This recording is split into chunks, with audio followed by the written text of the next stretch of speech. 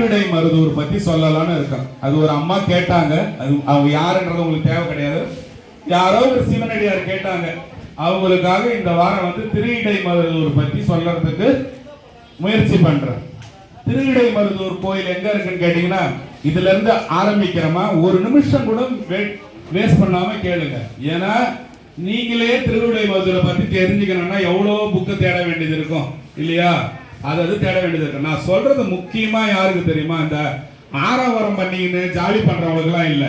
காலையில இருந்து சாப்பிடாம பிரதோஷ பூஜைக்கு வந்து சாமியோட அபிஷேகத்தை பார்த்துட்டு அப்பதான் போய் ஒரு வாய் சோறு யார் எடுத்து வைக்கணும்னு யாரு அந்த ஒரு இதோட வரீங்களோ அவங்களுக்காக மட்டும்தான் நான் இங்க பேசுறது. கூட சில பேர் பேசிக்கணும் சும்மா ஜாலியெல்லாம் பண்ணிட்டு இருப்பாங்க. நான் அதை பத்தி கவலைப்படுறதே கிடையாது. முடிச்சுக்கலாம். திருவிடை மருதூர் எங்க இருக்குன்னு கேட்டீங்கன்னா, கும்பகோணத்துல இருந்து 9வது கிலோமீட்டர்ல திரு இடை மருதூர்னு பேரு. திரு இடை மருதூர்னா இடைனா சென்டர் இல்லையா, நடு. அப்போ கடை இடை மருதூர்னு ஒண்ணு இருக்குதான்னு கேட்டீங்கன்னா ஆமா இருக்குது. ஓகேவா? அப்போ தலைச்சம் புள்ளன்னு ஒண்ணு இருக்குது, இடையில பிறந்த புள்ளன்னு ஒண்ணு இருக்குது, கடைக்குட்டி இதுதான் சொல்றீங்க இல்லையா? அப்போ திரு இடை மருதூர்னா சென்டர், கடை மருதூர்னா கடைசி, தலை மருதூர்னா என்னது முன்ன இருக்கிற கோயில் இல்லையா? சரிங்க, அந்த தலை மருதூர் எங்க இருக்குது? இது இடை மருதூரா இருக்குது. தலை மருதூர் வந்து ஆந்திரால இருக்கிற மல்லிகார்ஜுனா சுவாமி தான் தலை மருதூர். ஆந்திரால இருக்கிற மல்லிகார்ஜுனா டெம்பிள் இருக்குது ஆந்திரால. அதுதான் என்னது தலை மருதூர். திரு இடை மருதூர் 2வது. கடை மருதூர் எங்க இருக்குன்னு கேட்டீங்களா?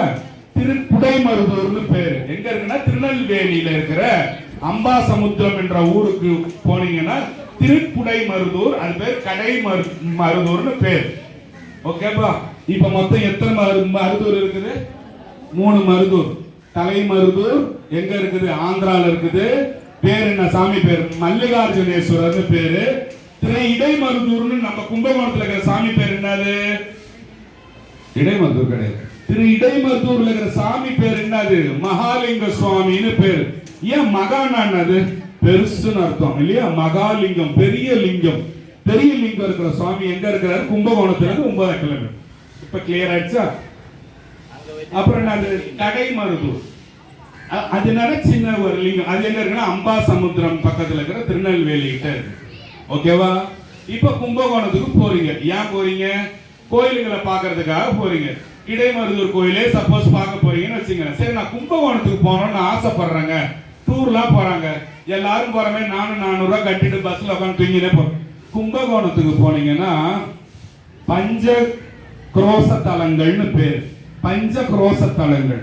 அதுனா குரோசம்னா என்னங்கன்னா புது வார்த்தையா இருக்குன்னா, குரோசம்னா காசிக்கு வீசமான ஸ்தலங்கள். நீங்க காசிக்கே போக தேவையில்லை. அந்த 5 கோயில் போனீங்கன்னா நீங்க காசிக்கு போன மாதிரியே சமம். ஒரு கோயிலுக்கு காசிக்கு போனதுக்கு சமம். அது என்னன்னா கோயிலுக்குன்னு கேக்குறீங்களா? திரு இடை மருதூருக்கு ஃபர்ஸ்ட் போறீங்க. திரு இடை மருதூருக்கு ஃபர்ஸ்ட் போனீங்கன்னா அந்த கோயிலுக்கு போனீங்கனாலே என்னத்துக்கு சமம்? காசிக்கு போனதுக்கு வந்து சமம். அப்புறம் கும்பகோணத்துல போனீங்கன்னா திரு நாகேஸ்வரம்னு ஒரு கோயில் இருக்கும். திரு நாகேஸ்வரம்.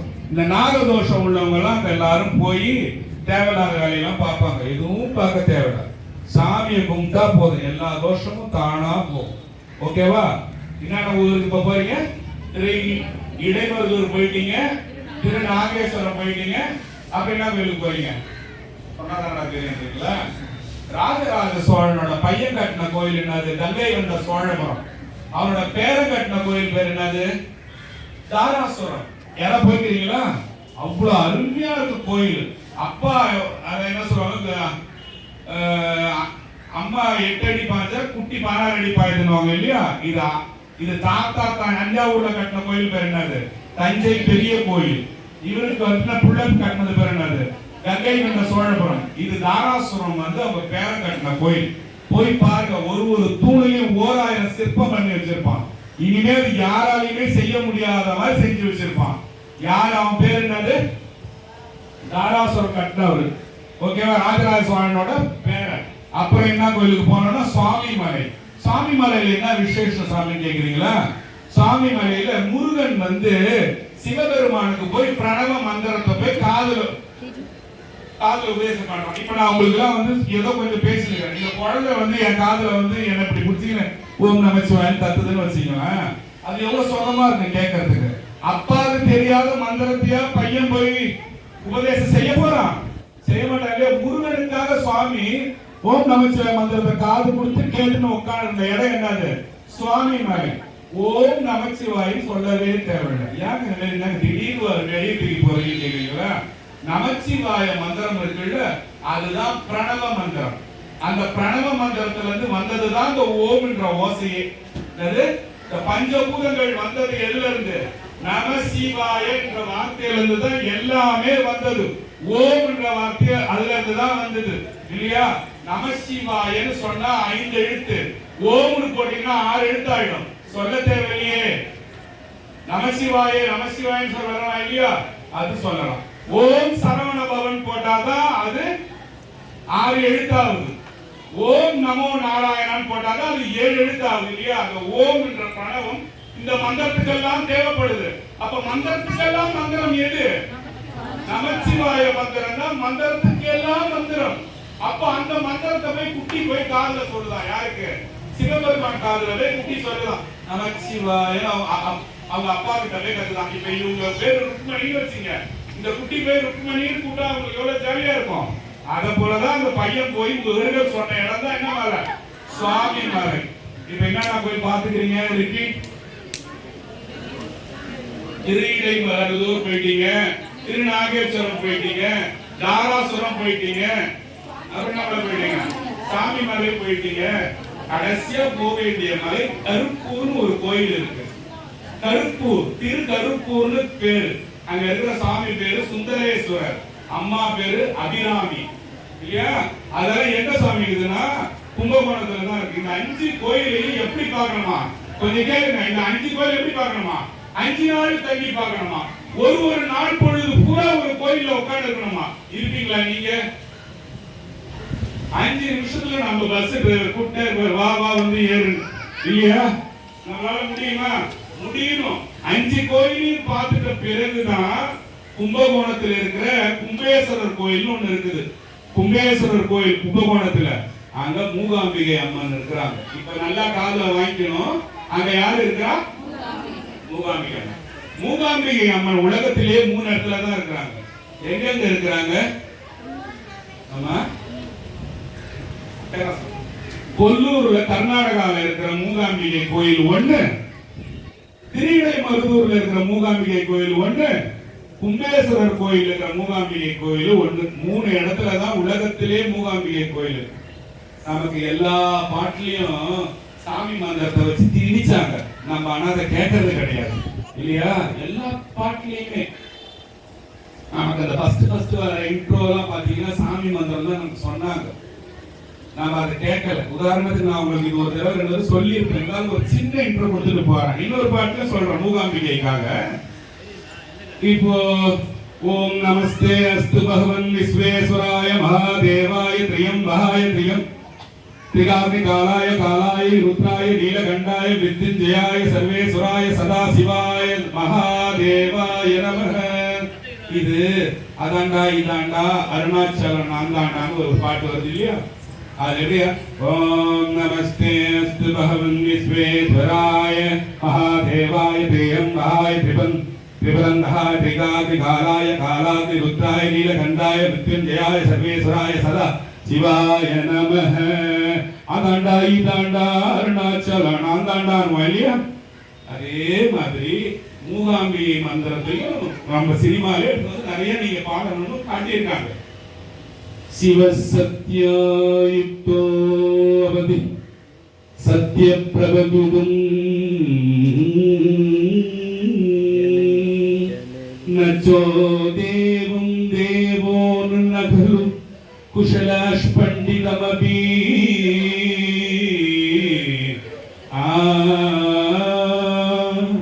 அத்தஸ்த்வாம் ஆராத்யாம் ஹரிஹரி விரிஞ்சாதி பிரபி பிரணத்தும் ஸ்தோத்தும் வா கதமஹத்த புண்ணிய பிரபவதி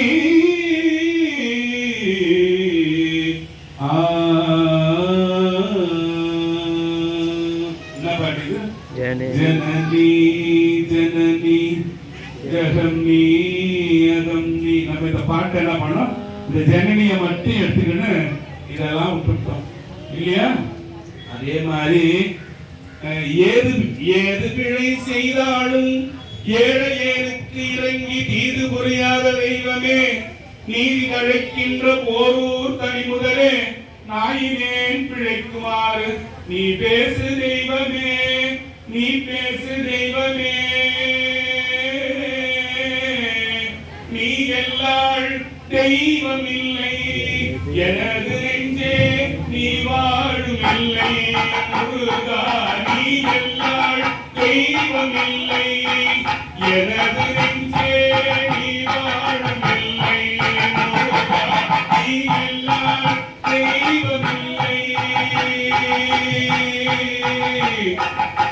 முருகா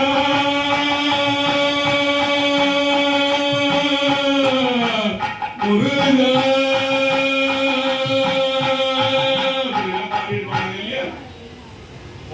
இளையராஜா பாடல் ஒரு பாட்டு ஒன்று நான் பாடிட்டு போனேன். அது வந்து ஒரு சில பேர் போன் அடிச்சு கேட்டாங்க, அது இன்னொரு ட்ரிப்பு பாடுங்க. அது அப்புறமா பாடுறேன். இப்போ இந்த கோயில் பத்தி பேசினோம். இப்போ இந்த கோயில்ல வந்து என்னங்க ஸ்பெஷல் கேட்டீங்கன்னா, வரகுண பாண்டியன் ஒரு மகாராஜா இருந்தார். அவர் எங்க இருந்தாருன்னா மதுரையில இருந்தார். மதுரைன்றது என்ன நாடு? பாண்டிய நாடு. என்ன கொடி? மீன் கொடி. மீன் கொடி தேரில் மன்மதராஜன் ஊர்களும் போகின்றான். ஒரு பாட்டு கேள்விப்பட்டீங்களா? சினிமா பாட்டு சொன்னா ஒரு டக்குன்னு கேட்டாங்க. மீன் கொடி தேரில்னா பாண்டிய ராஜாவை பாடுறாங்க. மீன் கொடி தேரில் மன்மதராஜன் ஊர்களும் போகின்றான். பாண்டிய மகாராஜா போறாங்க. அதுக்காக தான் அந்த பாட்டு. அப்ப பாண்டிய மகாராஜா பேர் என்னது? வரகுண பாண்டியன். வரகுண பாண்டியன் ராஜா வந்து என்ன பண்றான்? ஒரு நாள் போயிட்டு வேட்டையாடிட்டு வேக வேகமா குதிரையில வரான். குதிரையில வரும்போது ஒரு பிராமணன் என்ன பண்றான்? கோயிலோட நந்தவனத்தை பக்கமா படுத்து தூங்கிட்டு இருக்கான். இப்படி நிமிர்ந்து தூங்க அந்த குதிரையோட காலோட குழம்புன்னு பேர் குழம்புன்னு. இந்த குழம்பு போய் அவனோட மார்ல உள்ள ஏறி பிராமணன் என்ன பண்ணா அங்கேயே செத்து போயிட்டான். அப்போ ஒரு உயிரை சாவடிச்சா அது பேர் என்னது? என்ன தோஷம்? பிரம்மகத்தி தோஷம்னு பேர். ஒரு உயிரை சாவடிச்சா என்ன தோஷம்? யாருக்கா தூக்கம் வருதா? பிரம்மகத்தி தோஷம்னு பேர். அந்த பிரம்மகத்தி தோஷம் என்ன பண்றது? இவனை புடிச்சிக்குது. யார? வரகுண பாண்டியனை புடிச்சிக்குது. அப்புறம் என்னாச்சு? அந்த பிராமணனோட ஆவியை இவன் பின்னாலே சுத்துது.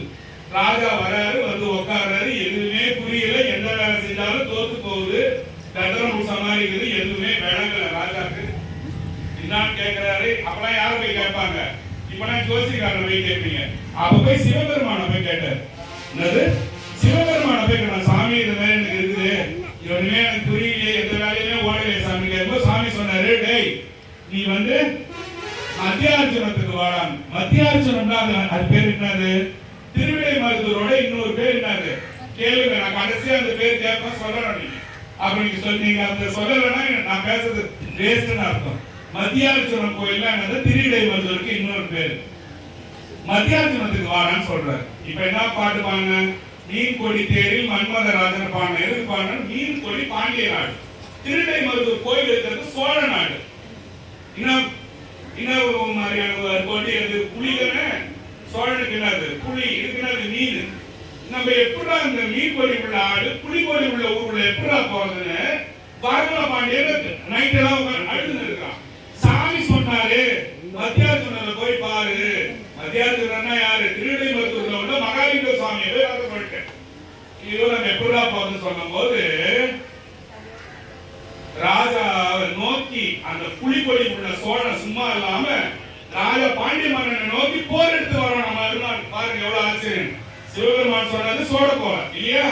அவன் போர் எடுத்து வரும்போது என்ன பண்றான்? பாண்டிய ராஜா இதாண்டா வாய்ப்புன்னு சொல்லிட்டு போர் அவனை அடிச்சு விரட்டி குடு குடு குடு குடுன்னு ஓடுறான். எங்க அவனை தொத்தின்னு சோழ நாட்டுக்குள்ளேயே போயிட்டான்.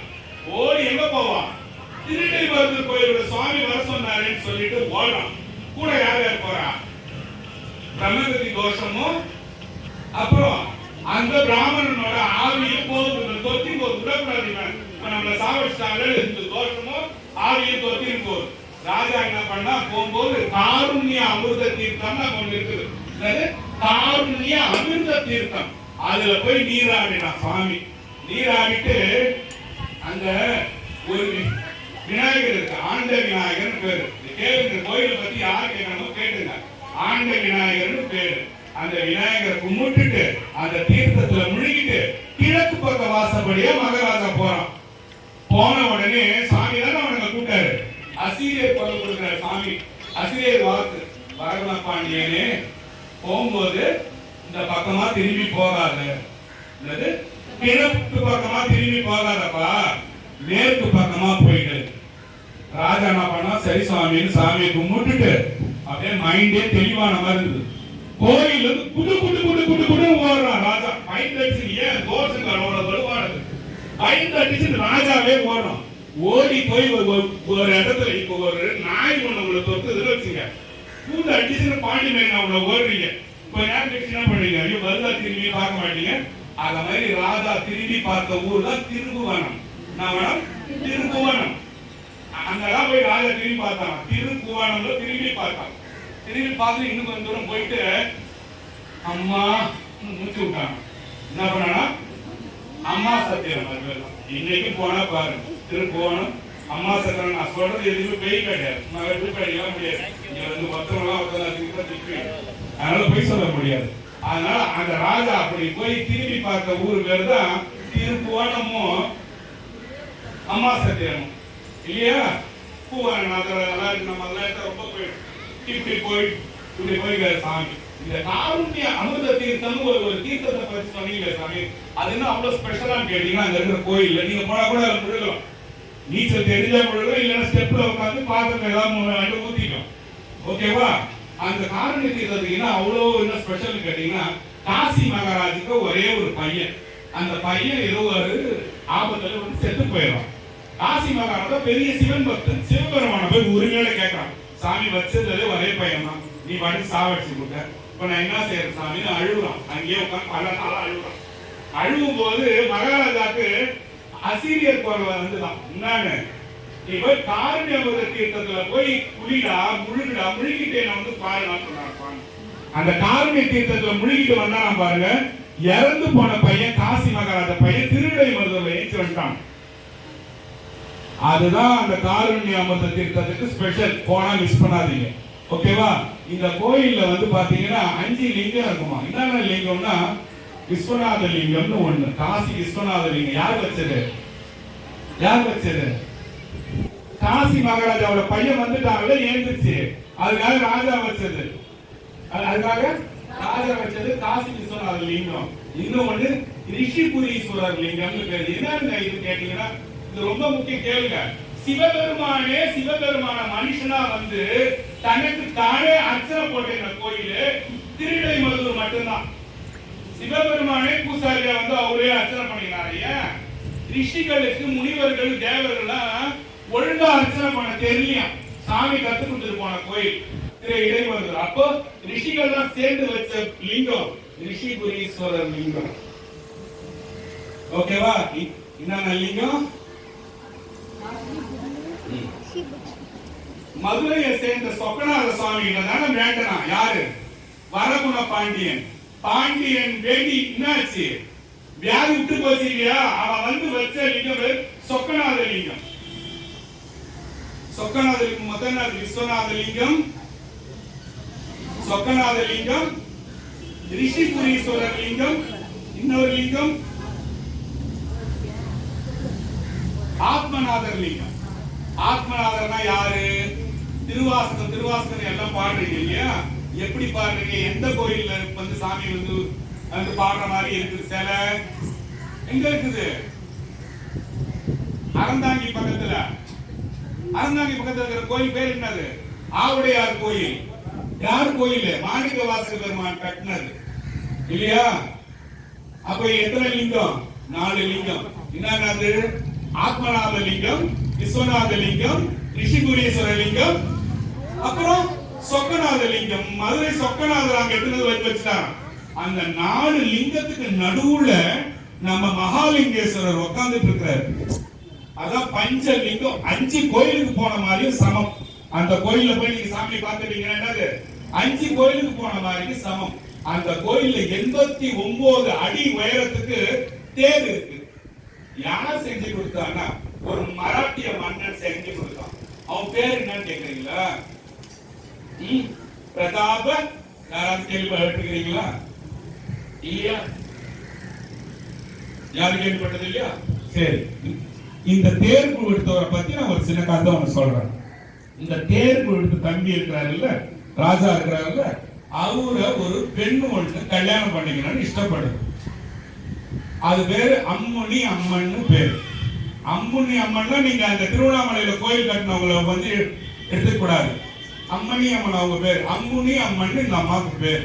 அவங்க திருடை மருதூர்ல இருக்கிற மகாலிங்க சுவாமி கிட்ட வேண்டிக்கிறாங்க. எங்க உட்கார்ந்து வேண்டிக்கிறாங்கன்னு கேட்டீங்கன்னா மூகாம்பிகை கிட்ட உட்கார்ந்து வேண்டிக்கிறாங்க. சரி, இப்போ நீங்க இதை அப்படியே ஞாபகம் வச்சுக்க. மூகாம்பிகை கிட்ட உட்கார்ந்து அங்க இருக்கிறாரு பாருங்க, முதல்ல இருக்கிறாரு அகத்தியர். அவரு உட்கார்ந்து பார்வதி அங்க கூப்பிடணும்னு ஆசைப்பட்டாராம். பார்வதி அம்மா நீங்க இங்க காட்சி கொடுக்கணும். பெருந்தவத்துக்கு பிறகு அகத்தியர் உட்கார்ந்து தியானம் பண்ணி பார்வதி அந்த இடத்துக்கு வந்தாங்க. பார்வதி அந்த இடத்துக்கு வந்த உடனே பார்வதி அங்க உட்கார்ந்து சிவபெருமானுக்கிட்ட தவம் பண்ணாங்க. உடனே சொன்னாரா, அதுக்கே சொன்னாராம், அம்மா உங்க 2 பேரையும் நான் பார்க்க இங்க ஆசைப்படுறேன். 2 பேருமா சேர்ந்து அகத்தியருக்கு காட்சி கொடுத்த இடம் திருவிடை மருதூர்ல உள்ள மூகாம்பிகை அம்மன் கோயில் கிட்ட நடந்த ஒரு விஷயம். அப்புறம் மார்கண்டேய முனிவன் ஒருத்தர் இருந்தார் இல்லையா?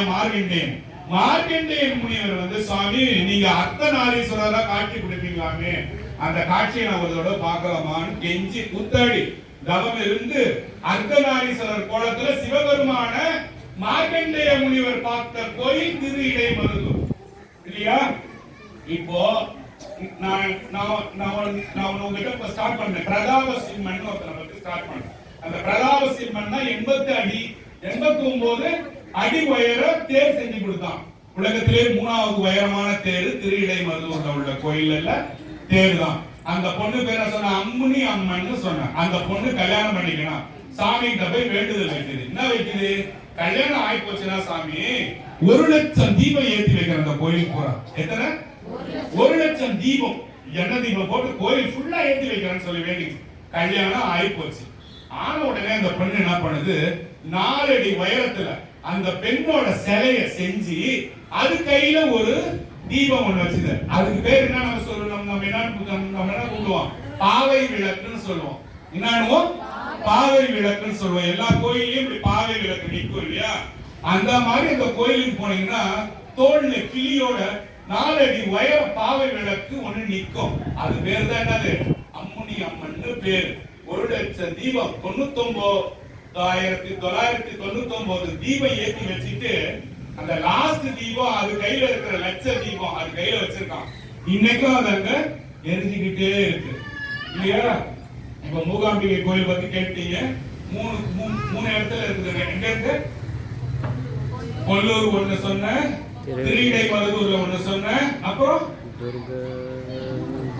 கும்பகோணத்துல இருக்கிற கும்பகோணேஸ்வரரா கும்பேஸ்வரர் கோயில்ல 3வது.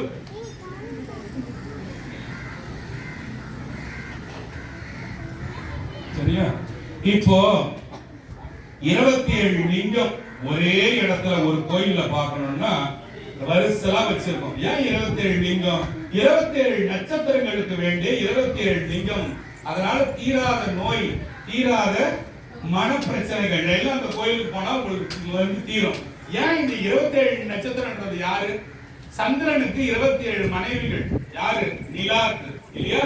சந்திரன் என்ன பண்ணா 27 வீட்டுக்கார மாட்டியும் ரோகிணின்னு ஒருத்தவ கிட்ட மட்டும் சந்தோஷமா இருந்தான். மீது யாருக்கிட்டையும் பேசுறது இல்லை, யாருக்கிட்டையும் பழகிறது இல்லைன்றதால சிவபெருமானுக்கு அந்த கல்யாணம் பண்ணி வச்ச அந்த பெண்களோட அப்பா வந்து சாபம் கொடுத்துட்டாரு, நீ ஒழுகி போலான்னு சொல்லிட்டு. சந்திரன் போய் சிவபெருமான் போய் ஆணையிடான், சாமி என்ன விட்டு போறீங்க, என்ன செத்து போயிருன்னு சொல்றான்னு சொன்னவே சாமி சொன்னாரு, நீ சாக மாட்ட, நீ தோன்றி மறைவ உனக்கு அழிவு கிடையாதுன்னு சொல்லிட்டாரு. அதனாலதான் இன்னைக்கு என்ன நீங்க பாக்குறீங்க, தேய்பிரை பாக்குறீங்க, வளர்பிரை பாக்குறீங்க, பௌர்ணமியை பாக்குறீங்க இல்லையா? அத மாதிரி வந்ததால இந்த 27 நட்சத்திரங்கள் வந்தது. வேற என்ன இந்த திருவிடை மருதூர் நீங்க மட்டும் பேசுனீங்க, வேற என்னதான் கேட்டீங்கன்னா 3 விதமான பிரகாரம் இருக்கும். சுமார் 1500 வருஷத்துக்கு முன்னால தோன்றின கோயில் அது. 6 கால பூஜை. 6 கால பூஜைன்னா 6 காலமும் பூஜை நடந்துட்டே இருக்கும். காலையில நடக்கும், 10 மணிக்கு நடக்கும், 12 மணிக்கு நடக்கும், 4 மணிக்கு நடக்கும், 6 மணிக்கு நடக்கும், 9 மணிக்கு நடக்கும். 6 கால பூஜை அந்த கோயில் இருக்கு இல்லையா? 11 கோபுரம் அந்த கோயில் இருக்கு. 5 நிலை ராஜகோபுரம். 1 2 3 மாதிரி டயர்ஸ் இங்கிலீஷ்ல டியர்ஸ் 5 நிலை ராஜகோபுரம். அப்புறம் என்னங்க அங்க ரொம்ப முக்கியமா அஸ்வமேத பிரகாரம், கொடுமுடி பிரகாரம், பிரணவ பிரகாரம்னு 3 விதமான பிரகாரம் சுத்தி வருது. இப்ப நம்ம கோயில ஒரே ஒரு பிரகாரம் தான் இல்லையா? அங்க 3 பிரகாரம். அஸ்வமேத பிரகாரம்னா என்னங்க கொஞ்சம் வேகமா சொல்லுங்கன்னா, அஸ்வமேத பிரகாரம்னா என்னன்னா, இப்ப நீங்க இருக்கிறீங்க, நீங்க ராணின்னு வச்சீங்களா, யாராவது ஒருத்தவங்க யாரையா கை காட்டினா அது அவங்க மட்டும் ஒரு ராணி கை காட்டுற நாங்க பிச்சை கேட்கக்கூடாது. அதனால இங்க யாரோ ஒருத்தவங்க ராணி ராஜா வச்சுங்க, ராஜா ராணி.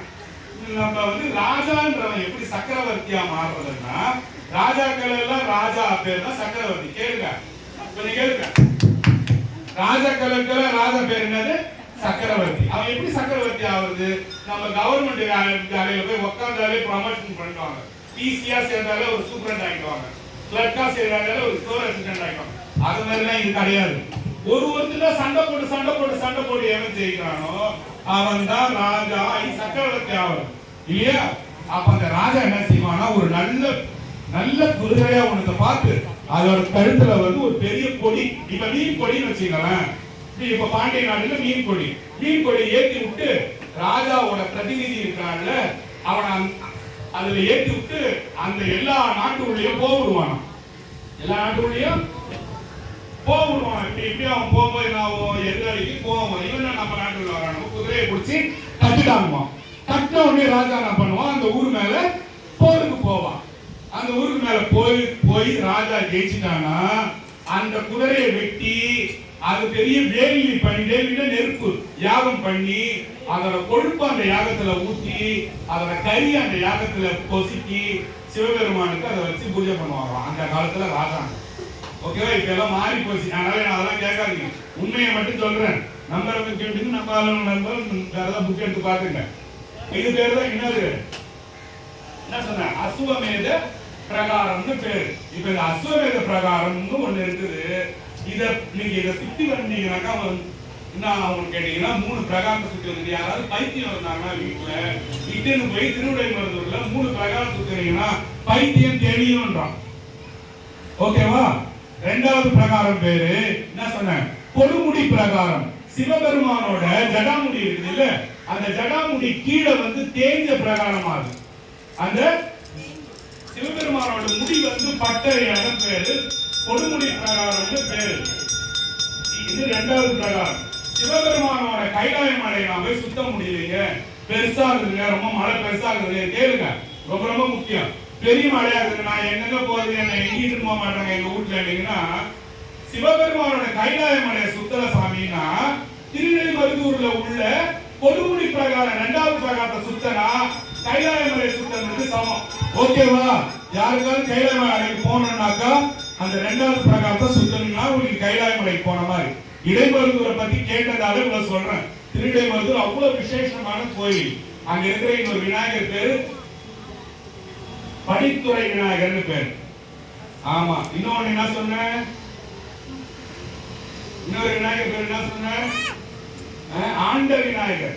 இன்னொன்னு பேர் என்னது, ஆண்ட விநாயகர். இன்னொரு பேர் படித்துறை விநாயகர். இப்ப 3வது பிரகாரம் என்ன, பிரணவ பிரகாரம்னு பேரு. பிரணவ பிரகாரம், பிரணவம்னா என்னது, இப்பதான் சொன்ன பிரணவ மந்திரம்னா என்னது, முருகர் காதுல போய் சிவபெருமான் சொன்னது பிரணவ மந்திரம் என்னது, நமச்சிவாய என்ற பஞ்சாட்சர மந்திரம் இல்லையா? அதுல போய் சுத்தனா என்ன சாமி அவன் கேட்டீங்கன்னா, யார் யாருக்கெல்லாம் மோட்சம் வேணும்னு கேட்கிறீங்களோ உங்களுக்கு மோட்சம் கிடைக்குமா. என்னென்ன பிரகாரம் இப்ப ரிப்பீட் பண்ணலாமா, அஸ்வமேத பிரகாரம், கொடுமுடி பிரகாரம், பிரணவ பிரகாரம். இந்த 3 பிரகாரத்தையும் நம்ம சுத்தி வரும்போது நமக்கு என்ன கிடைக்குமா, மனக்குழப்பங்கள் இருந்தா கண்டிப்பா தீரும்னு சொல்றோம். இதெல்லாம் எந்த கோயில், திருவிடை மருதூர். ஒரு தடவை ரிவைஸ் பண்ணலாமா, நம்ம இதுல போயிட்டு மேகராக குறிஞ்சி ராகம்னு ஒண்ணு இருக்குது. அது எந்த பாட்டுல பாடியிருப்பாங்கன்னா, புலனைந்தும் பொறி கலங்கி நெறிமயங்கி அறிவழிந்திட்டு ஐமேல் உந்தி அலமந்த போதாக அஞ்சேர் என்று அருள்வான் அமரும் கோயில் பலம் வந்த மடவார்கள் நடமாட முழமதுர மழை என்று அஞ்சி சிலவந்தி நரவேறி முகில் பார்க்கும் திருவையாறு ஒரு திருவையாறு பாட்டை பாடும்போது இந்த மேகராக குறிஞ்சி பாட்டை பாடலாம். ஏன் மேகராக குறிஞ்சி இந்த இடத்துல பாடணும்? உலகத்துல மழையே வரலன்னா இந்த மேகராக குறிஞ்சி ராகத்துல போய் திருவிடைமருதூர் மகாலிங்கேஸ்வரர்கிட்ட பாடும்போது மழை வரும்னு சொல்றாங்க. அது எந்த பாடம்? குழந்தைன்னு அறிவுனா அம்மா தாளாட்டம் தெரியுமா? என் கண்ணே கண்ணுரங்கு, குழந்தை தூங்குறதே இல்லை தெரியுமா? ஆராரோ அரிரோ, அந்த ஓவர் இல்ல லாஸ்ட்ல அந்த ராகம் வருமா? அந்த மேக குறிஞ்சி ராகத்துல இருக்கிற பாட்டெல்லாம் இல்ல, அரியானை எந்தனதும் இந்த யானை அருமறையின் நகத்தானே ஆருக்கும் ஒரே தாராடினே இந்த வேண்டிடுவோம். அப்பா அதுக்கு மேகராக குறிஞ்சி ராகம்னு பேர். சாமியை தாளாட்டி பாடணும். சாமியை தாளாட்டினோடனே என்ன ஆயிடுமா? மேகமெல்லாம் ஒன்னா கூடி எல்லாம் அப்படியே கண்ணீர் சொரியுமா?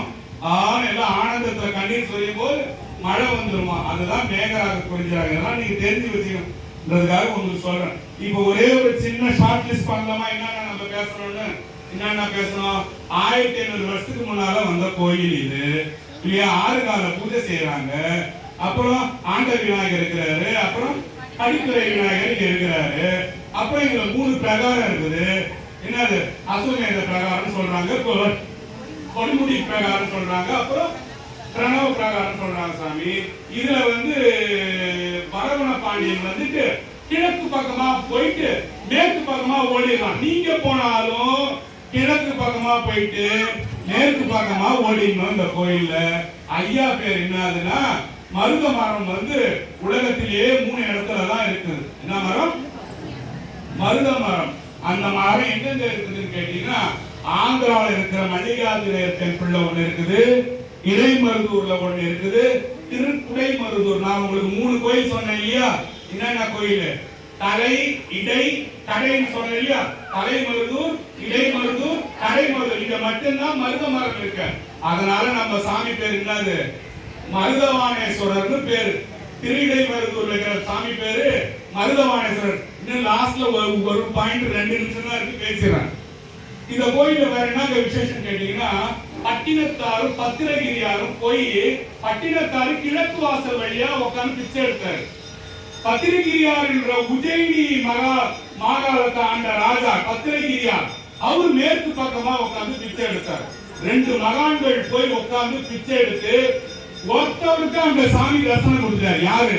பத்திரகிரியார் ராஜா, உஜயினி மாகாணத்தை ஆண்ட பத்திரகிரி ராஜாக்கு பட்டினத்தாரோட சீடன் அவருக்கு சாமி திருஇடைமருதூர்ல என்ன கொடுத்தாரு? தூக்கம் வருதா? சாமி காட்சி கொடுத்துட்டாரு. பட்டினத்தாருக்கு என்ன கொடுத்தாரு? கொடுத்தாரு தண்ணி இல்ல, திருவொற்றியூர்ல கொடுத்தாரு.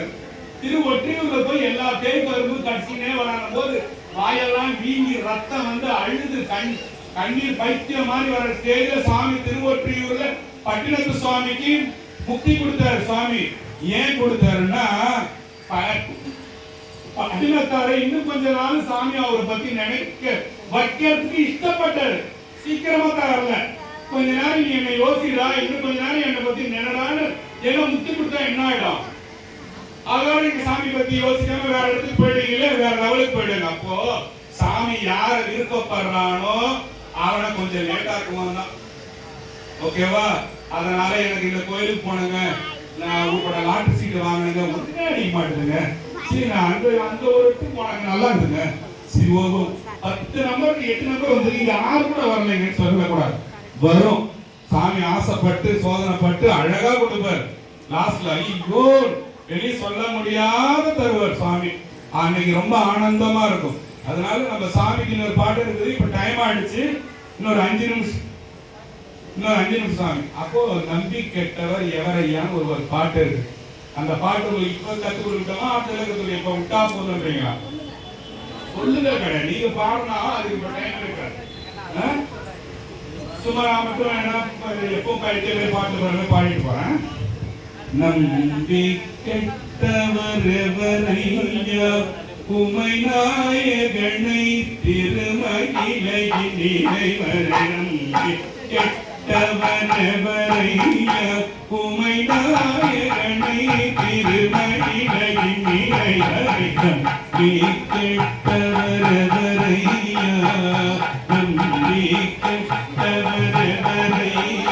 உமை நாயகனை திருமகிலையின் இறைவரை நம்பி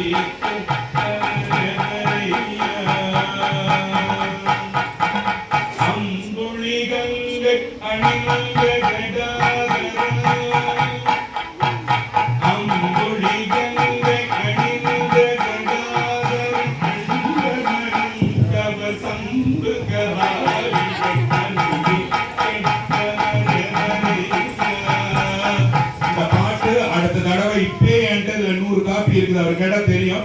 இந்த பாடலாம் எடுத்துட்டு வந்தேன். ஆனா அது புதுசா நீங்க வந்து உட்கார்ந்த உடனே உங்களுக்கு அந்த டியூனை கத்து கொடுத்து பாட வச்சா இன்னும் ஆனந்தமா இருக்கும்.